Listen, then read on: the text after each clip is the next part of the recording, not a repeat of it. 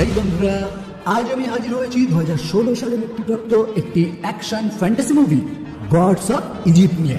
মুভির পুরো গল্পই মিশরীয় মাইথোলজির উপর বেশ করে তৈরি, তাই যারা ভিডিওটি দেখতে শুরু করেছেন তাদেরকে আগে থেকেই জানিয়ে দিচ্ছি এটি শুধুমাত্র একটি মুভি হিসেবে দেখবেন।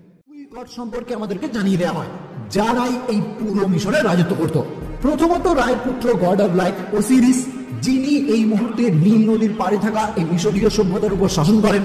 আর দ্বিতীয়ত রায়ের আরেক পুত্র শেখ, যার রাজত্ব ছিল মিশরের বাকি সমস্ত মরুভূমি, কিন্তু সে অল টাইমই চাইতো এই মরুভূমি সহ দাঁড়ার রাজত্ব, মানে এই পুরো মিশরীয় সভ্যতার রাজা হতে।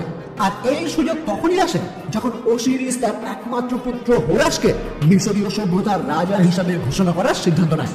কারণ ঠিক যেদিনই হোরাসকে তার পিতা রাজা হিসাবে স্বীকৃতি দেওয়ার জন্য প্রস্তুত হয়, ঠিক সেই দিনই তার ঈর্ষান্বিত ভাই শেখও সেই স্থানে এসে উপস্থিত হয় আর ওসিরিসকে চ্যালেঞ্জ করে তার সঙ্গে লড়াই করার জন্য। কারণ প্রথা অনুযায়ী যে সব থেকে বেশি শক্তিশালী সেই রাজা হওয়ার ক্ষমতা রাখে। কিন্তু ওসিরিস তার এই লড়াই প্রত্যাখ্যান করলে শেখ তখনই তাকে ছুরিকাঘাত করে হত্যা করে, যেটা দেখে তার পুত্র হোরাস তার ডানাওয়ালা গড রূপে রূপান্তরিত হয়ে শেখের সঙ্গে লড়াই করতে শুরু করে। কিন্তু শেখও নির্দিষ্ট রূপে রূপান্তরিত হয়ে হোরাসকে নিমেষেই পরাজিত করে। যার পর সেখানে এসে হোরাসকে হত্যা করতে গেলে হোরাসের প্রেমিকা গড অফ লাভ হ্যাথর শেখের সামনে নতজানু হয়ে হোরাসের প্রাণ দিতে চায়।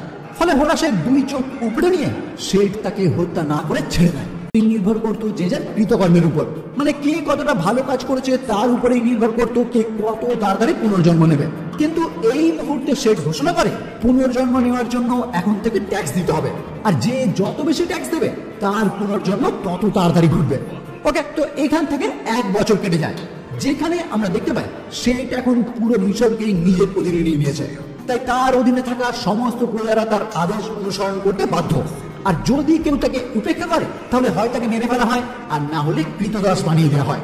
যাই হোক, এরপর আমরা দেক এবং জায়া নামক এই মুভির দুই মুখ্য চরিত্রের সঙ্গে পরিচিত হই, যারা দুজন একে অপরকে খুবই ভালোবাসে।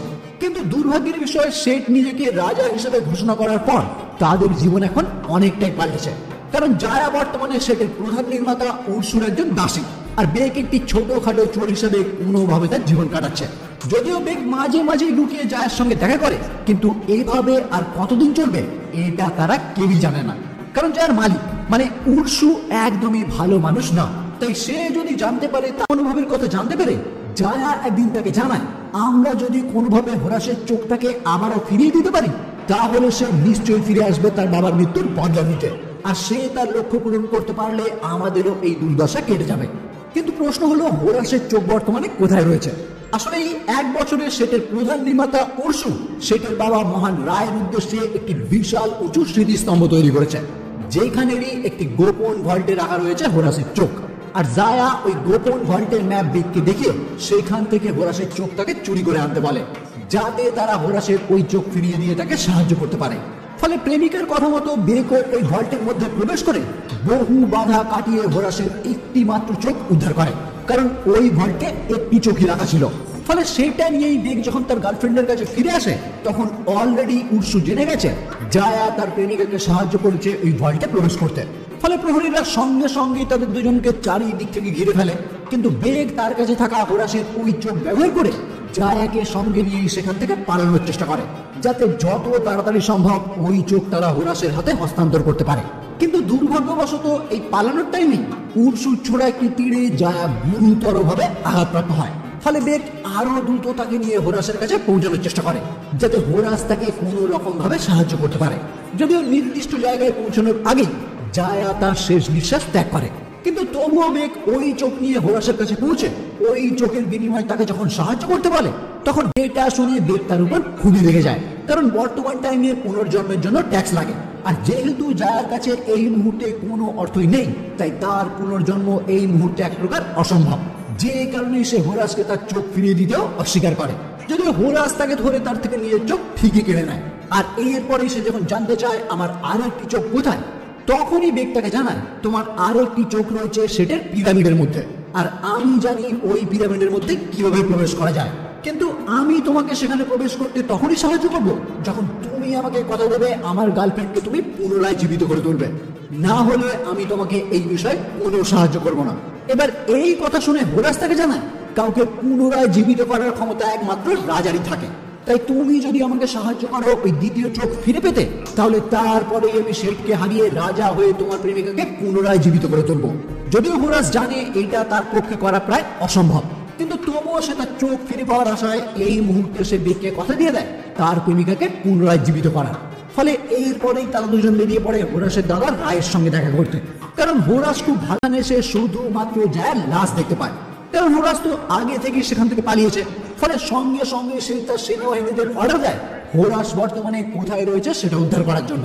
আর তারপরেই সে নিজে উপস্থিত হয় তার ওয়াইফ মেথিসের সম্মুখে, যে বর্তমানে তার সঙ্গে না থেকে সম্পূর্ণ আলাদা থাকে। কারণ সেটের এই সমস্ত নিষ্ঠুর আচরণ মেথিসের একদমই পছন্দ না, যে কারণে সে এই মুহূর্তে নিষ্ঠুর ভাবে আঘাত করে তার ডানা কেটে দেয়। অন্যদিকে দেখা যায় হোরাস তার পিতামহর কাছে প্রার্থনা করে ক্ষণিকের জন্য তার ক্ষমতা ফিরে পেয়ে বেগকে সঙ্গে নিয়ে উপস্থিত হয় সান অফ গড, মানে তার পিতামহর ঐশ্বরিক পাত্রে, যেখানে থেকে মহান রা এক বিশাল ছায়াজন্তু অ্যাপোফিসের থেকে এই বিশ্বকে বাঁচিয়ে আসছে। মানে এই ছায়াজন্তু সব সময় চায় পৃথিবীকে গ্রাস করে নিতে, আর মহান রা এই জন্তুর সঙ্গে প্রায় প্রতিদিনই লড়াই করে বিশ্বকে বাঁচিয়ে আসছে। যাই হোক, হোরাস তার সম্মুখে উপস্থিত হয়ে এই সমস্ত ঘটনা জানিয়ে যখন তার শক্তি ফিরিয়ে দেওয়ার জন্য তাকে রিকোয়েস্ট করে, তখন মহান রা তাকে জানিয়ে দেয় এই বিষয়ে আমি তোমাকে কোনো সাহায্য করতে পারবো না, যা করার তোমাকে নিজেকেই করতে হবে। ফলে ব্যর্থ হয়ে এখান থেকে ফিরে যাওয়ার টাইমে সেখানকার ঐশ্বরিক জল সে একটি শিশিতে ভর্তি করে নেয়, যার সাহায্যে সে মিশরের মরুভূমিকে মিটিয়ে ফেলতে পারবে। এবার এখান থেকে আবারও মিশরে ফিরে যাওয়ার সঙ্গে সঙ্গেই তার শক্তি চলে যায়। আসলে হোরাস বিশ্বাস করে তার দুই চোখ যতক্ষণ পর্যন্ত না সে ফিরে পাচ্ছে কে পুনরায় জীবিত করে তুলতে পারে। ফলে এরপরে সে তার দুই বিশেষ শিকারী অ্যাটাস্টে এবং আকাতকে দায়িত্ব দেয় হোরাস ও তার সঙ্গীকে পুরোপুরি মিটিয়ে ফেলতে, যার পর সেট উপস্থিত হয় গড অব লাভ হ্যাথরের সম্মুখে। আসলে সেট এই রাজত্ব দখল করার পর হ্যাথরকে সে তার দাসীতে রূপান্তরিত করেছিল, আর এই মুহূর্তে সে তার সামনে উপস্থিত হয়ে হ্যাথরকে আদেশ দেয় তাকে নিয়ে মৃত্যুলোকে উপস্থিত হতে। কারণ আগে এই হ্যাথর মৃত্যুলোকেরই এক দেবী ছিলেন, কিন্তু এখন হ্যাথর সেটকে জানিয়ে দেয় এই মুহূর্তে ল্যান্ড অফ ডেথে যাওয়াটা কিছুতেই সম্ভব না, কারণ সেখানকার শয়তানরা নিমেষেই তাদের দুজনকে শোষণ করে নেবে। কিন্তু সেট জানে হ্যাথরের কাছে এমন একটি ব্রেসলেট রয়েছে যেটা ওই সমস্ত শয়তানদের কাছ থেকে তাকে প্রোটেক্ট করে, তাই ওই ব্রেসলেট যতক্ষণ তার হাতে আছে শয়তানরা তার কিছুই করতে পারবে না। ফলে এক প্রকার বাধ্য হয়ে হ্যাথর তাকে নিয়ে রওনা হয় ল্যান্ড অফ ডেথের উদ্দেশ্যে, কারণ সেট যে কোনো উপায়ে হোরাসকে আটকাতে চায়। কিন্তু দেবী হ্যাথর সেটের কাছ থেকে মুক্তি পাওয়ার জন্য চালাকি করে তার হাত থেকে ব্রেসলেটটি খুলে নেয়। ফলে ল্যান্ড অফ ডেথের শয়তানরা নিমেষেই তাকে সেখান থেকে নিয়ে যায়। যদিও ক্ষণিকের মধ্যে সে ওই ব্রেসলেট আবারও তার হাতে পড়ে নিলে তাদের হাত থেকে সে মুক্তি পেয়ে পৌঁছে যায় অন্য কোথাও। এইদিকে দেখা যায় সেটা সেই দুই শিকারী ভয়ঙ্কর দুই দৈত্যরূপী সাপের পিঠে চেপে হোরাস এবং বেকের সম্মুখীন হয় আর প্রাণপণ শিকারী থেকে মুক্তি পায়, যার পর তারা তিনজন মিলে সিদ্ধান্ত নেয় তাদেরকে হোরাসের আরেকটি চোখ উদ্ধার করতে গেলে সেটার পিরামিডে প্রবেশ করতে হবে। আর ওই পিরামিডে প্রবেশ করে হোরাসের চোখ পর্যন্ত পৌঁছতে গেলে একটি দৈত্য ধাঁধার উত্তর তাদেরকে দিতে হবে। ফলে এই কাজে সাহায্যের জন্য তারা উপস্থিত হয় জ্ঞানের দেবতা থোথের সম্মুখে, কারণ ওই ধাঁধার উত্তর একমাত্র জ্ঞানের দেবতাই দিতে পারে। তাই যে কোনো উপায়ে থোথকে তাদের সঙ্গে নিতে হবে। কিন্তু প্রথম দিকে থোথ তাদেরকে সাহায্য করতে রাজি না হলেও বেগ যখন তার জ্ঞান নিয়ে প্রশ্ন তোলে তখনই সে তাদের সঙ্গে ওই পিরামিডে যেতে রাজি হয়ে যায়, যার পর তারা চারজন মিলে ওই পিরামিডে প্রবেশ করলে সেই দৈত্য তাদের সম্মুখে উদয় হয়ে তাদেরকে একটি ধাঁধার উত্তর দিতে বলে। কিন্তু থোথ সেই উত্তর প্রথম দিকে ভুল দিলে সে তাদের উপর আক্রমণ করতে শুরু করে। আর এইরকম বেশ কয়েকবার ভুল উত্তর দেওয়ার পর অবশেষে সঠিক উত্তর দিলে তারা সেখান থেকে সামনে এগিয়ে যাওয়ার পারমিশন পায়। যার পর প্রথমেই হোরাস তার কাছে থাকা সেই জল ওই পিরামিডের মধ্যে থাকা একটি অগ্নিগহ্বরে ঢালার জন্য রেডি হয়, কারণ এই পিরামিডও সঙ্গে সঙ্গেই ধ্বংস হতে শুরু করে। কিন্তু হোরাস কোনোভাবে ওই খাঁচা থেকে মুক্ত হয়ে হ্যাথর ও বেগকে বাঁচিয়ে নেয়। কিন্তু এরপরে বেগ হোরাসের উপর চিৎকার করতে শুরু করে, কারণ একটু আগেই সেট তাকে জানিয়ে গেছে হোরাস এই পিরামিড পর্যন্ত পৌঁছানোর জন্য এতদিন শুধুমাত্র তাকে ব্যবহার করে গেছে, সে তার প্রেমিকাকে কোনোদিনই বাঁচাতে পারবে না। আর এই কারণেই এখন বেগ তার উপর প্রচন্ড পরিমাণে রেগে। এবার এই পরিস্থিতি দেখে গড অফ লাভ হ্যাথর সিদ্ধান্ত নেয় বেকের প্রেমিকা যাতে পুনর্জন্ম লাভ করে এই বিষয়ে তাকে কিছুটা সাহায্য করতে, কারণ পুনর্জন্ম নিতে গেলে এখন ট্যাক্স দিতে হয় আর তার কাছে বর্তমানে কিছুই নেই। তাই হ্যাথর পুনর্জন্মের দেবতা আনুবিসকে সেখানে ডেকে তাকে জিজ্ঞাসা করে তার হাতে যে ব্রেসলেট রয়েছে এইটার বিনিময়ে কি জায়াকে পুনর্জন্ম দেওয়া যাবে। আনুবিস তাকে জানায় হ্যাঁ অবশ্যই। যদিও এই কাজে হোরাস তাকে বাধা দেয়, কিন্তু তবুও বেকের জন্য সে তার হাত থেকে ওই ব্রেসলেট খুলে নেয়। আর নিমেষের মধ্যেই ল্যান্ড অফ ডেথের শয়তানরা তাকে সেখান থেকে নিয়ে যায়। তারপর হ্যাথরের কথা মতোই আনুবিস বেগকে সঙ্গে নিয়ে উপস্থিত হয় পুনর্জন্মের দুয়ারে, যাতে শেষবারের মতো বেগ তার প্রেমিকার সঙ্গে, আমি চেয়েছিলাম তুমি আমার জায়গা নিয়ে ওই ভয়ঙ্কর দানবের সঙ্গে লড়াই করবে, আর আমি এখনো পর্যন্ত তোমার থেকে সেই আশাই করি। কিন্তু এই কথা শুনে সে তার বাবাকে জানায়, হ্যাঁ আমি আপনার জায়গায় নেব, কিন্তু সেটা এখানে না। এই বলে সে তার বাবার হাতের মাধ্যমেই তাকে আঘাত করে ওই পথ থেকে বাইরে পাঠিয়ে দেয়। ফলে অ্যাপেক নামক যে মনস্টারকে তিনি এতদিন আটকে রেখেছিলেন, সে নির্দ্বিধায় এই মুহূর্তে বিশ্বকে গ্রাস করতে শুরু করে, যে কারণেই পরকালের দরজাও এই টাইমে বন্ধ করে দেওয়া হয়।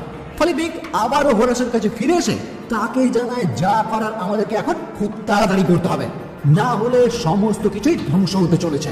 ফলে তারাও একটি রথের মাধ্যমে রওনা হয় সেটের রাজধানীর উদ্দেশ্যে। আর ওইদিকে সে বিশেষ উপায়ে থুতের মস্তিষ্ক, হোরাসের চোখ, নেপথিসের ডানা এবং রায়ের বর্ষা সমস্ত কিছু নিয়ে সজ্জিত হয়ে সেই স্মৃতিস্তম্ভের উপর থেকে অ্যাপেককে তার দিকে আকৃষ্ট করতে শুরু করে। কারণ সেট ভেবে নিয়েছে সে এইবার ওই দৈত্যকে পুরোপুরি রূপে হত্যা করবে, আর তারপর সমস্ত কিছুই তার রাজত্বে চলে আসবে। কিন্তু এরই মধ্যে হোরাস সেই স্থানে উপস্থিত হয়ে তার সঙ্গে লড়াই করতে শুরু করে, আর এই কাজে তাকে সাহায্য করে বেগ। এমনকি চালাকি করে বেগই হোরাসের আরেকটি চোখ সেটের বর্ম থেকে খুলে নেয়। কিন্তু হোরাসকে তার চোখ ফিরিয়ে দিতে গিয়ে বেগ উপর থেকে নিচে পড়ে যেতে শুরু করে, যেটা দেখে হোরাস তার চোখ উদ্ধার করার বদলে বেগকে বাঁচাতে গেলে পুনরায় সিদ্ধমে হোরাস সেটকে নিমেষেই ধ্বংস করে দেয়। তারপর সোজা সে উপস্থিত হয় অচেতন রায়ের সম্মুখে, আর তাকে তার হাতিয়ার ফিরিয়ে দিয়ে পুনরায় সজাগ করে তোলে। যার পর মহানরা আবারও অ্যাপেকের উপর আক্রমণ করে এই বিশ্বকে ধ্বংস হওয়ার হাত থেকে বাঁচিয়ে নেয়। পরবর্তীতে হোরাস যখন বেগের সঙ্গে দেখা করতে যায়, তখন একটি বাচ্চা মেয়ে তার সামনে এগিয়ে এসে তার দ্বিতীয় চোখটিও তাকে ফিরিয়ে দেয়। যার পর বেগের সঙ্গে কথা বলতে গেলে সে সেখানেই মারা যায়, কারণ সেটির হাতে সে গুরুতর ভাবে জখম হয়েছিল। যেটা দেখে হোরাস তাকে নিয়ে উপস্থিত হয় তার সেই বাড়িতে, যেখানে ঠিক জায়ার মৃতদেহের পাশেই তাকে শুইয়ে দেয়। কিন্তু ঠিক এই টাইমে সেখানে উপস্থিত হয় তার দাদা মহান রা, আর হোরাসকে ধন্যবাদ জানিয়ে তিনি বলেন তিনি তার কাছে ঋণী, যে কারণে হোরাস এই মুহূর্তে তার কাছে যা চাইবে তিনি তাকে উপহার হিসেবে সেই জিনিসই দেবেন। কিন্তু হোরাস এই মুহূর্তে নিজের জন্য কিছু না চেয়ে বেগ এবং জায়াকে জীবিত করে দিতে বলে। ফলে কথা মতো নিমেষেই তারা দুজন সেখানে জাগ্রত হয়ে ওঠে। যার পর দেখা যায় হোরাসকেই এই মিশরের রাজা হিসেবে ঘোষণা করা হয়, যেখানে পুনর্জন্ম নিতে গেলে